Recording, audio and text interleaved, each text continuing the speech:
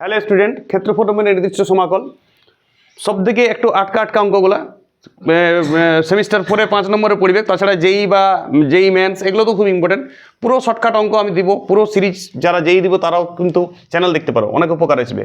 Page 279 এসেন্দ্রের বই সংক্ষিপ্ত 5-7 অঙ্কটা x সমান π/2 x সমান 3π/2 সীমার মধ্যে y সমান cos x এর লেখচিত্র অঙ্কন করে। দেখো আমি এখানে এইটা x অক্ষ বটে আমার, ঠিক আছে, এইটা y অক্ষ। তো এখন কসের যে লেখ হয় সেটা আমরা জানি cos π/2 তে আর -π/2 তে 0 দেই, এটা জানতে হবে, মাধ্যমিকেই জানি আমরা।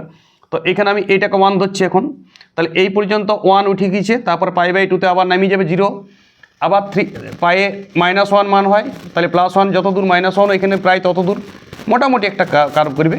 3π/2 তক্ক যেতে বলেছে আমাকে, তারপর আর যাচ্ছি না। তাহলে এখানে π/2 থেকে 3π/2 এই অঞ্চলটা আমাকে ক্ষেত্রফল বার করতে হবে, এটা প্রদর্শিত। তুমি কিছু একটা ভাষা দিবে 2 নম্বরের জন্য পড়বে, তাহলে এই -π/2 থেকে π/2 এর ক্ষেত্রফলটা আমাকে নির্দেশ করতে হবে। ওই জায়গাটার ক্ষেত্রফল dx কার্ভের উপর আছে, যেহেতু x অক্ষের উপর আছে মানে dx লিখবে। 3π/2 থেকে π/2, উপরে সবসময় 3π/2 লিখবে, নিচে π/2 বাঁ দিক থেকে ডান দিকে, মানে তুমি এই দিক থেকে এই দিকে লিখবে।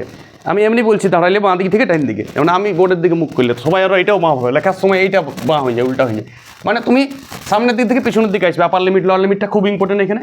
আর এখানে তুমি cos x এর ইন্টিগ্রেশন করবে। দেখো এটা মাইনাস দেবে, যেহেতু তলে আছে কার্ভটা, এটা মাইনাস দিবে।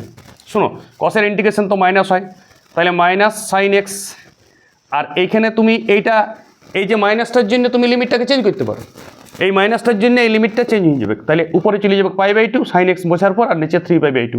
নিশ্চয়ই ইন্টিগ্রেশন জানো, sin এর π/2 এর মান 1 আর 3π/2 এর মান -1 আর মাইনাস একটা হয়, তাহলে 2 বর্গ একক ক্ষেত্রফল। অঙ্ক শেষ, ঘটনা শেষ। সবাই রিপিট করো, আর এইটা বুঝো, এইটা মাইনাস দিতে হয়, এইটা লিমিটটা চেঞ্জ করতে যাও না, প্রতি ক্ষেত্রে বাঁ দিক থেকে ডান দিকে তুমি লিখবে, মানে এই দিক থেকে এদিকেই লিখবে আপার লোয়ার লিমিট ইন্টিগ্রেশনে। কিন্তু যদি তলে চলে যায়, x অক্ষের তলের দিকে চলে যায়, তাহলে মাইনাস নিয়ে নেবে ক্ষেত্রফলের আগে। আর যদি x অক্ষের উপরে যদি কোনো কিছু কার্ভ থাকে তাহলে প্লাস নিয়ে নেবে, তাহলে অন্য অঙ্ক তো সুবিধা হবে। দেখো আমি cos x এর আরও একটু ইন্টেলিজেন্ট অঙ্ক দেখাচ্ছি, দেখো সবাই।